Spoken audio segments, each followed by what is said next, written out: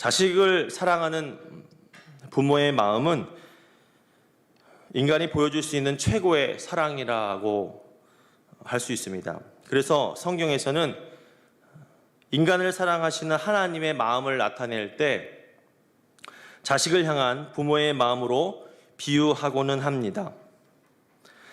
그런데 이 부모의 마음과 이 부모의 사랑은 참 다양한 방법으로 표현되어진 것을 우리가 알 수 있습니다.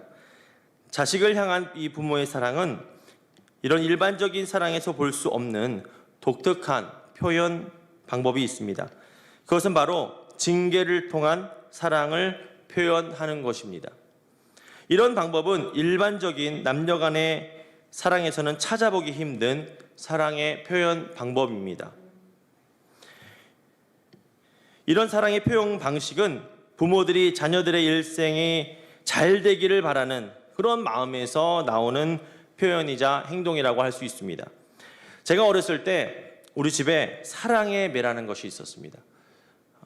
많은 매들이 사랑의 매라는 이름으로 불려졌습니다. 당시 이런 아이러니한 이름의 회초리가 저는 개인적으로 잘 이해가 되지 않았습니다.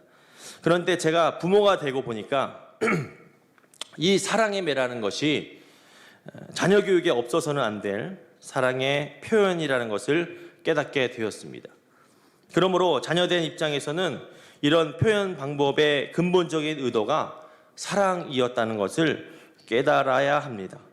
오늘 본문에서는 우리 하나님께서도 하나님의 자녀들이 잘 되기를 바라는 마음으로 징계라는 방법을 사용하셨습니다. 오늘 본문 신명기 8장 5절 말씀 제가 봉독해 올리겠습니다. 너는 사람이 그 아들을 징계한 것 같이 내 하나님 야훼께서 너를 징계하시는 줄 마음에 생각하고. 아멘. 이렇게 하나님께서는 마치 사람이 자식을 사랑하는 그 마음으로 그 아들을 징계한 것처럼 우리의 삶에 개입하여 주셔서 징계를 허락해 주신다는 것입니다. 사랑하는 성도 여러분, 우리 하나님은 좋으신 하나님입니다. 또 우리 하나님은 하나님의 자녀된 우리 믿음의 성도들에게 좋은 것만을 주시는 분입니다. 그러므로 하나님의 가장 큰 관심은 바로 이 모든 인간이 구원을 받는 것이며 그 구원은 하나님의 자녀들이 그의 합당한 복된 삶을 사는 것입니다. 민수기 6장 24절로 26절의 말씀을 우리 믿음으로 함께 합독하시겠습니다. 시작. 야훼는 내게 복을 주시고 너를 지키시를 원하시며 야훼는 그의 얼굴을 내게 비추사 은혜 베푸시기를 원하시며 야훼는 그 얼굴을 내게로 향하여 드사 평강 주시기를 원하노라 할지니라 하라. 아멘.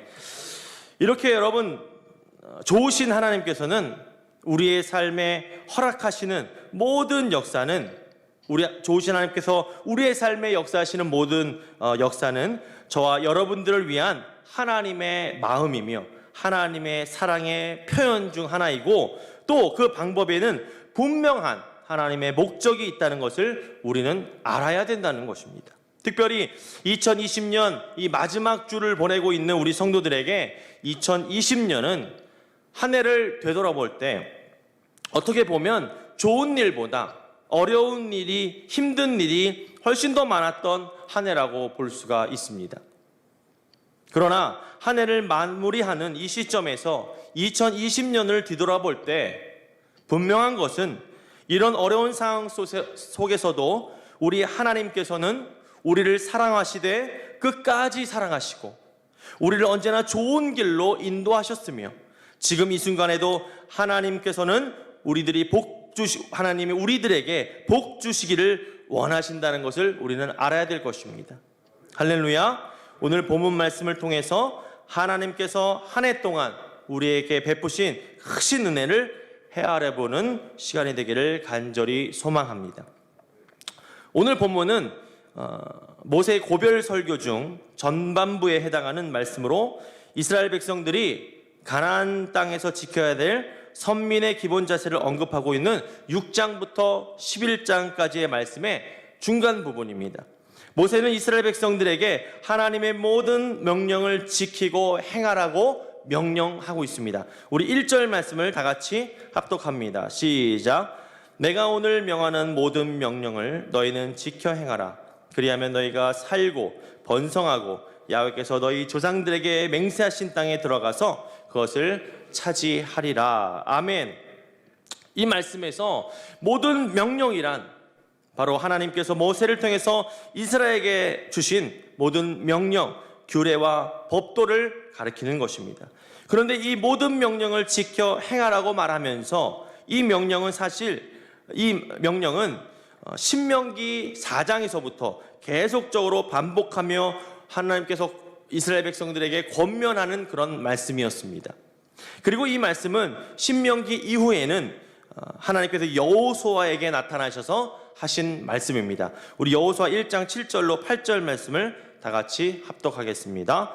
시작. 오직 강하고 담대하여 나의 종 모세가 내게 명령한 그 율법을 다 지켜 행하고 우로나 좌로나 치우치지 말라. 그리하면 어디로 가든지 형통하리니 이 율법책을 내 입에서 떠나지 말게 하며 주야로 그것을 묵상하여 그 안에 기록된 대로 다 지켜 행하라. 그리하면 내 길이 평탄하게 될 것이며 내가 형통하리라. 아멘. 역대상 22장에서는요 다윗이 성전 건축을 위해 솔로몬을 축복하는 그런 장면이 나와 있습니다. 그 장면에서도 다윗은 이 신명기 말씀에 근거한 축복을 빌어주는 것을 우리가 볼 수 있습니다. 역대상 22장 12절로 13절의 말씀입니다. 합독합니다. 시작. 야훼께서 내게 지혜와 총명을 주사 내게 이스라엘을 다스리게 하시고 내 하나님 야훼의 율법을 지키게 하시기를 더욱 원하노라. 그때에 내가 만일 야훼께서 모세를 통하여 이스라엘에게 하신 명령하신 모든 규례와 법도를 삼가 행하면 형통하리니 강하고 담대하여 두려워하지 말고 놀라지 말지니라. 아멘. 또 이 말씀은요 북이스라엘과 남유다의 많은 왕들이 선한 왕과 악한 왕이 되는 그런 기준이 되는 말씀이었습니다. 특별히 요시야 왕은 이 말씀을 지키기 위해 종교개혁을 일으키고 그 후로 전무후무한 선한 왕이 되었다고 성경은 기록합니다. 열왕기하 23장 25절 말씀을 합독하겠습니다. 시작. 요시야와 같이 마음을 다하며 뜻을 다하며 힘을 다하여 모세의 모든 율법을 따라 야훼께로 돌이킨 왕은 요시야 전에도 없었고 후에도 그와 같은 자가 없었더라. 아멘. 그리고 여러분 이 말씀은요 지금을 살고 있는 저와 여러분들에게까지 하나님께서 계속적으로 강조하며 말씀하시는 중요한 권면의 말씀입니다. 하나님께서 이렇게 한 가지 명령을 반복적으로 말씀하시는 것은 하나님의 말씀을 지키고 행하는 것이 우리 인간들에게 너무나도 중요하기 때문이라고 할 수 있습니다.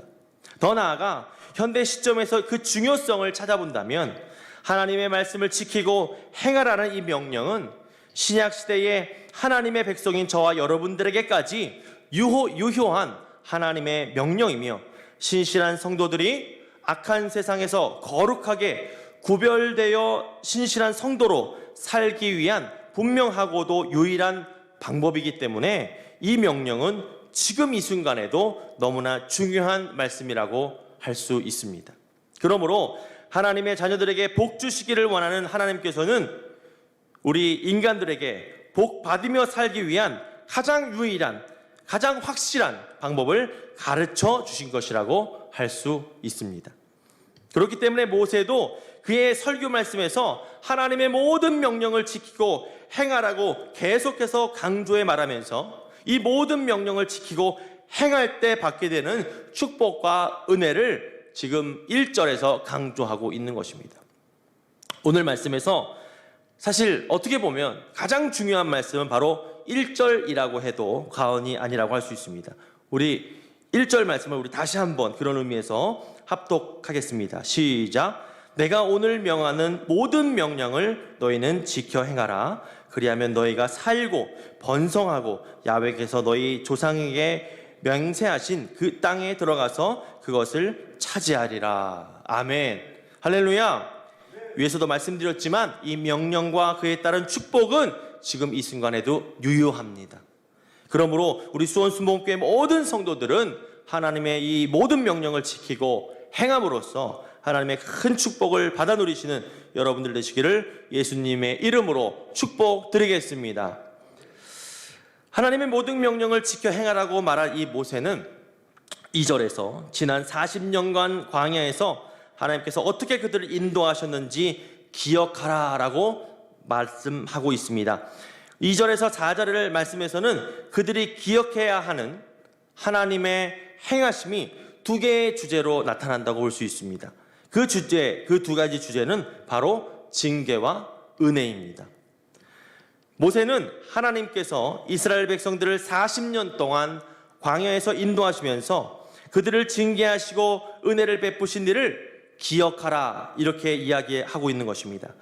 먼저 하나님께서 이스라엘 백성들에게 내리신 징계는 2절로 4절 말씀에서 볼 수 있듯이 그들을 광야로 인도하셔서 40년 동안 광야의 길로 걷게 하셨으며 또 그들을 낮추셨으며 시험하셨고 배고픔을 허락하신 일 등이라고 할 수 있습니다.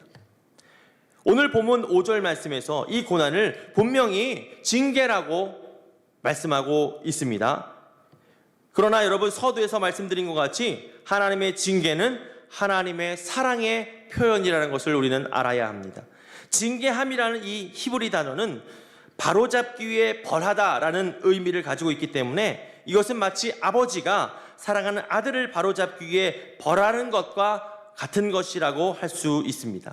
우리 잠언 3장 11절로 12절 말씀을 합독합니다. 시작.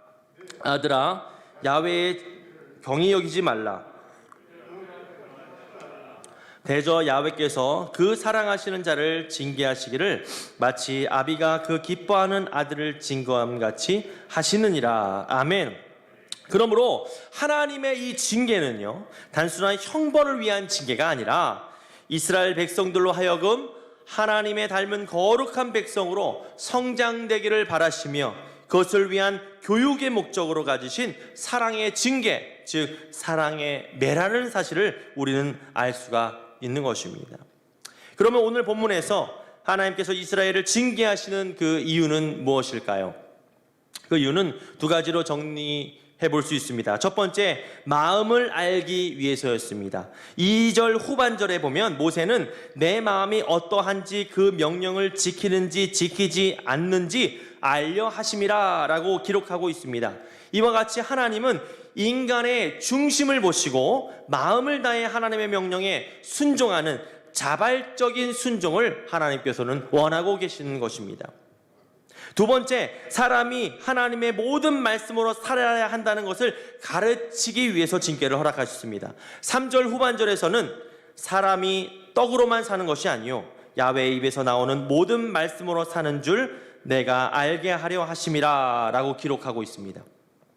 이 말씀은 믿음의 성도로서 세상에 살아갈 때 세상 사람들과 똑같이 근심과 걱정으로 살아가는 것이 아니라 하나님을 의지하고 그러므로 말미암아 채우시고 공급하시는 하나님의 은혜로 살아가라는 말씀인 것입니다. 그러므로 이 두 가지 징계의 이유는 결국 하나님께서 이스라엘 백성들에게 하나님의 명령에 온전히 순종하게 함으로 복된 삶을 살아가기를 원하시는 하나님의 사랑의 방법이었다는 사실을 우리가 다시 한번 확인해 볼 수가 있는 것입니다. 그러면 이렇게 하나님께서는 징계만으로 이스라엘을 살아가시는 것을 표현했을까요? 아닙니다. 오늘 본문에 하나님께서는 그 징계 가운데서도 이스라엘 백성들을 먹이시고 입히시며 돌보시는 자비로운 하나님의 모습을 보여주시고 있습니다. 그러므로 하나님께서 사랑하는 자들을 징계하는 그 목적은 이 땅을 살아가는 이스라엘 백성들과 또 우리들이 회개하며 온전하게 하나님 앞에 회복되기를 원하시기 때문인 것입니다. 그러면 하나님께서 이스라엘 백성들을 그 광야 가운데 어떻게 이끄시고 회복시키셨을까요? 그 모습은 3절과 4절 말씀에 기록되어 있습니다. 먼저 3절에는 너도 알지 못하며 내 조상들도 알지 못하던 만나로 내게 먹이신 것이라는 구절을 우리가 3절에서 찾아볼 수가 있습니다. 3절 앞부분에 보니까 하나님께서는 이스라엘 백성들을 줄이게 하셨다고 말씀합니다. 물론 이 줄이게 하심도 하나님의 사랑의 표현이라고, 하나님의 사랑의 방법이라고 할 수 있습니다. 그러나 우리 좋으신 하나님께서는 이 이스라엘 백성들을 그 금주림 속에 그냥 두지 아니하시고 하늘에 만나를 내리게 하심으로 이스라엘 백성들을 먹이시고 살리셨습니다. 이 만나라는 단어 앞에 너도 알지 못하며 내 조상들도 알지 못하던 이라는 그 수식어는 이 만나가 역사상 유래를 찾아볼 수 없는 독특한 그런 음식이었다는 의미로 우리가 해석할 수가 있습니다. 다시 말해서 이 양식은 하나님께서 광야에 있는 이스라엘 백성들을 돌보시기 위해서 특별하게 허락하신 하늘의 양식이었다는 것입니다. 또 이 양식은 우리의 삶 가운데 영적인 부분에서 매일 먹어야 할 우리의 영의 양식을 의미합니다. 구원받은 믿음의 성도는 영의 양식을 먹어야 됩니다.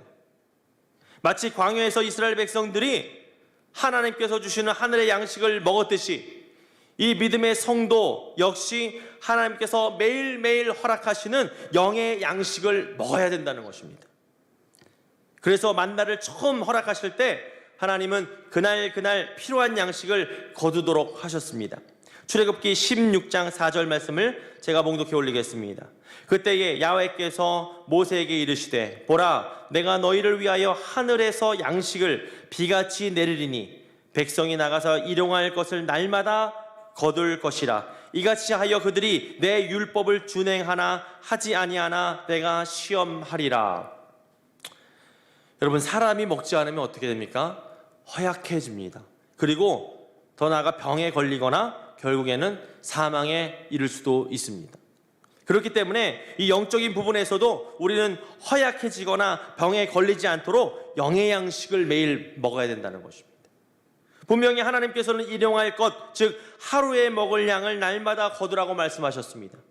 다시 말해서 믿음의 성도는 영의 양식인 이 하나님의 말씀을 매일매일 규칙적으로 먹어야 영적으로 건강한 그런 신앙생활을 할 수가 있다는 것입니다. 이것은 매일 영의 양식을 먹는 것이 시편 1편 말씀에서 주야로 묵상을 묵상하라는 말씀과 일맥상통한다는 것을 볼 수 있습니다. 여러분, 묵상의 본질은 바로 소리내서 반복하고 읽는 것입니다. 묵상이라는 단어는 반추라는 단어에서 유래되었다고 합니다. 반추는 초식동물이 되새김질하는 것을 말합니다. 턱을 움직여서 윗니와 아랫니로 씹고 또 삼키고 저장된 것을 다시 꺼내서 씹는 동작을 되풀이하는 것인데, 동물들은 이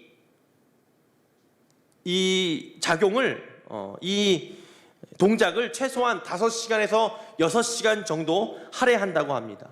그러면 그 음식이 얼마나 부드럽게 잘 소화가 되겠습니까? 그러면 그 음식이 결국엔 피가 되고 살이 되는 것입니다.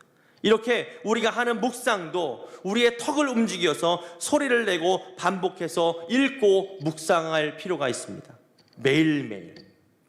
턱을 움직인다는 것은 묵상의 의미가 생각하는 것에서 끝나지 않는다는 것, 즉 우리가 소리내서 읽어야 된다는 것을 의미합니다. 그러므로 턱을 움직여서 소리내서 암송하면서 씹어 마음에 삼켰다가 그것을 다시 생각해내서 저장된 말씀을 끄집어내서 또 암송하는 동작을 반복하는 것이 바로 묵상이라는 것입니다. 그렇기 때문에 우리 믿음의 성도들은 이 광야를 지나가는 이스라엘 사람들이 매일매일 만나를 먹었던 것처럼 우리들의 삶 가운데 이 말씀을 주야로 소리내서 반복해서 읽고 암송하고 선포함으로 날마다 영적인 양식을 먹어야 우리의 신앙생활이 건강한 신앙생활이 된다는 것입니다. 또 모세는 하나님께서 이스라엘 백성을 40년 동안 광야로 인도하셨지만 그들의 의복이 헤어지지 않았고 발이 부르트지 않았다고 이야기합니다. 본문 말씀 8장 4절 말씀 제가 봉독해 올립니다. 이 40년 동안에 내 의복이 헤어지지 아니하였고 내 발이 부르트지 아니하였느니라. 아멘. 여러분, 이 말씀도 마찬가지로 하나님께서 이스라엘 백성들을 징계하신 가운데 있지만 그들을 끝까지 보호하시고 책임져 주시고 돌봐주신다는 증거라고 할 수가 있습니다. 광야에서 40년 동안 그들은 옷이 헤어지지 않았습니다. 그것은 40년 동안 한 벌의 옷이 신체 발육에 따라서 늘어나거나 아무리 찢어도 찢어지지 않는 그런 옷이 아닌 것입니다. 그들의 옷이 40년 동안 온전했다는 것은 원어 성경을 지극해서 보면 하나님께서 그들의 의복을 부족하지 않게 공급해 주셨다는 의미로 해석합니다. 이렇게 이스라엘 백성들에게 부족하지 않은 공급이 가능할 수 있었던 이유는요, 출애굽 때에 그들이 가지고 나왔던 상당량의 의복과 가축과 그 털을 공급해주는 많은 소와 양을 함께 몰고 나왔기 때문이라고 합니다. 이것은 이스라엘 백성들을 보호하시는, 책임지시는 하나님의 특별한 은혜와 섭리의 결과라고 할 수 있겠습니다. 또 4절에서 하나님께서 그들의 발이 부르트지 않게 하셨다고 기록합니다. 발에 물집이 잡히는 것은 장거리 여행에서 생길 수 있는 매우 자연스러운 그런 현상이라고 할 수 있습니다. 그런데 이스라엘 백성은 40년이나 한 달, 두 달이 아닙니다. 40년 동안 광야 생활하는 동안 그들의 발에 물집이 잡히지 않았다는 것입니다. 그들의 신발이 뭔지 아시죠? 우리가 10개라는 영화를 봐도 그냥 운동하나 그런 것이 아니고 끈으로 끈으로 슬리퍼 같은 것에 끈 매서 쭉 올라오는 그런 형태인데 훨씬 더 발을 보호하지 못하는 그런 신발인데도 불구하고 오늘 성경은 그들이 40년 동안 발이 부르트지 않았다고 이야기합니다. 이 역시 하나님께서 그들의 신발까지 끊임없이 공급해 주셨다는 의미로 해석해 볼 수 있는 것입니다. 이렇게 하나님께서는 이스라엘을 광야로 인도하시며 징계하셨지만 그들 가운데서도 보호하시고 적절하게 공급하여 주시고 그 하나님의 사랑을 분명하게 보여주셨습니다. 그러므로 하나님의 징계는 체벌을 위한 징계가 아니라 마치 아버지가 아들을 훈계하듯 아들이 잘 되기를 바라는 그런 마음에서 사랑으로 가르치시는 모습이라는 것을 우리 말씀을 통해서 다시 한번 확인해 볼 수 있습니다. 우리 5절로 6절 말씀 함께 합독하겠습니다. 시작. 너는 사람이 그 아들을 징계함 같이 내 하나님 야훼께서 너를 징계하시는 줄 마음에 생각하고 내 하나님 야훼의 명령을 지켜 그의 길을 따라가며 그를 경외할지니라. 아멘. 모세는 이렇게 징계를 통한 하나님의 사랑을 이야기하면서 하나님의 명령을 지키고 하나님의 뜻을 따라 살아 하나님을 경외하라고 권면하고 있습니다. 하나님의 명령을 지킨다는 것은 하나님의 말씀을 마음에 간수하고 간직하는 것입니다. 또 그의 길을 따라간다는 것은 그 말씀을 행한다는 의미라고 할 수 있겠죠. 그리고 하나님을 경외하라고 말씀하고 있는데 이 하나님을 경외한다는 것은 하나님을 존경하는 마음으로 두려워한다는 의미입니다. 하나님을 경외하는 삶은 하나님께서 어떤 분이신지를 알아야 가능합니다.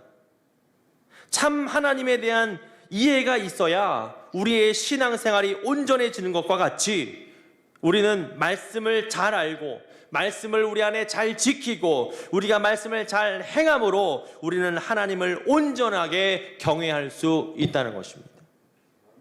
그리고 오늘 본문 7절로 10절 말씀에는 이렇게 말씀을 통해서 하나님을 알고 말씀을 지키고 행하여 경외하는 자들에게 하나님께서 허락하여 주시는 하나님의 축복의 내용을 담고 있습니다. 우리 7절로 10절 말씀 합독하겠습니다. 시작. 내 하나님 야훼께서 너를 아름다운 땅에 이르게 하시나니 그곳은 골짜기든지 산지든지 시내와 분천과 샘이 흐르고 밀과 보리의 소산이요 포도와 무화과와 석류와 감람나무와 꿀의 소산지라. 내가 먹을 것에 모자람이 없고 내게 아무 부족함이 없는 땅이며 그 땅에 돌은 철이요 산에서는 동을 캘 것이라. 내가 먹어서 배부르고 내 하나님 야훼께서 옥토를 내게 주셨으므로 말미암아 그를 찬송하리라. 아멘.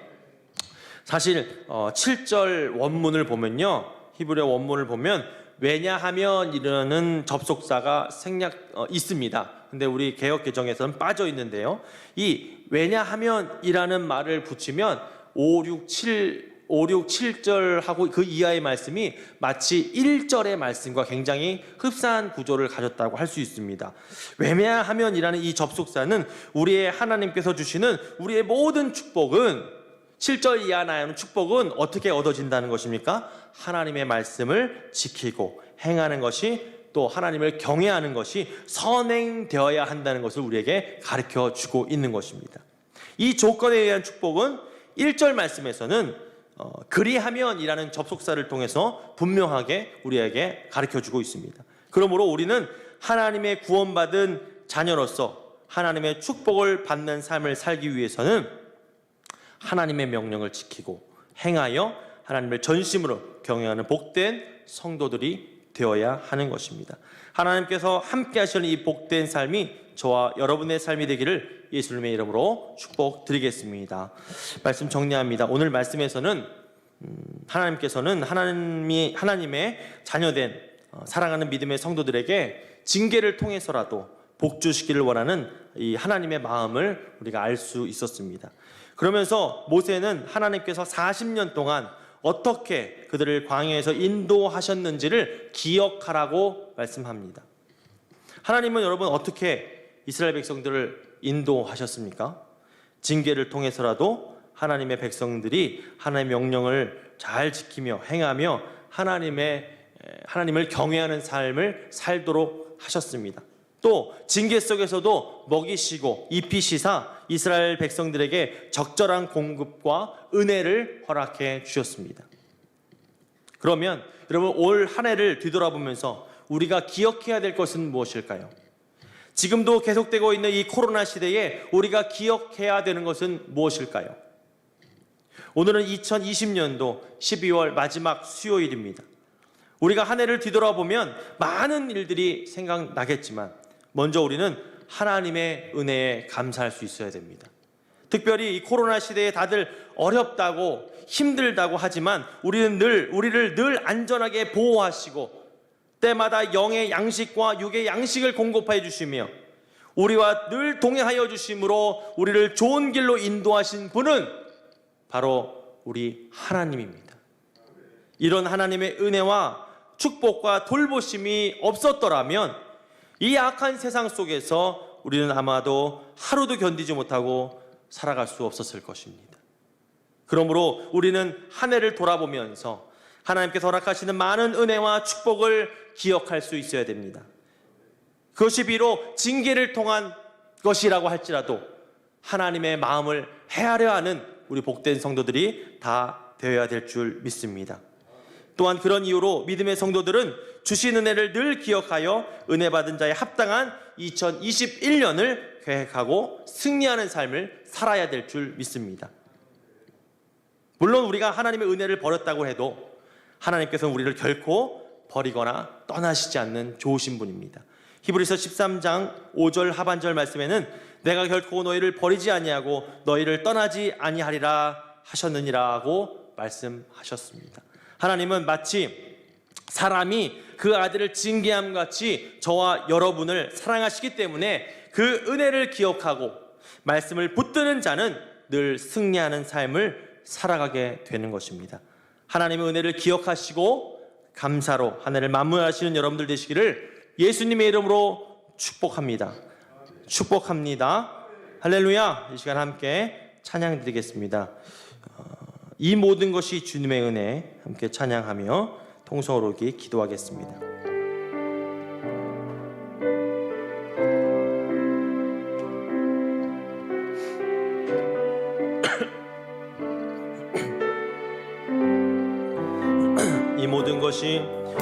이 모든 것이 주님의 은혜, 이 모든 것이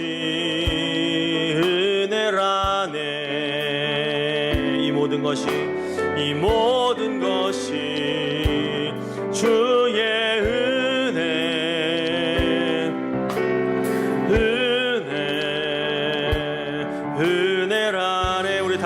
고백하기 원합니다. 이 모든 것이 주님의 은혜, 이 모든 것이 은혜라네. 이 모든 것이 주의 은혜라네.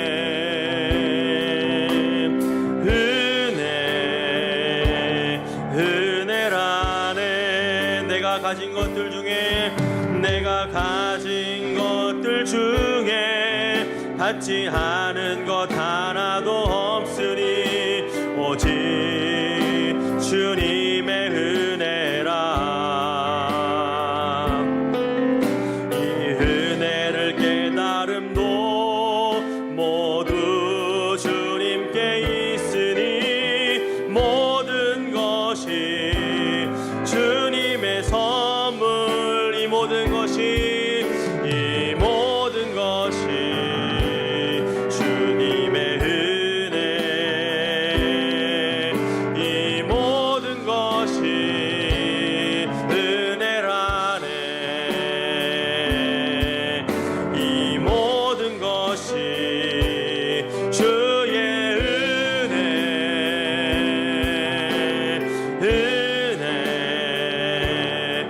은혜라. 다시 한번 우리 찬양할 때에 내가 가진 것들 중에 받지 않은 것 하나도 없으니 오직 주님의 은혜라. 이 은혜를 깨달음도 모두 주님께 있으니 모든 것이 주님의 선물, 주님의 선물, 이 모든 것이 주님의 은혜. 아멘. 이 모든 것이 은혜라네. 이 모든 것이 주의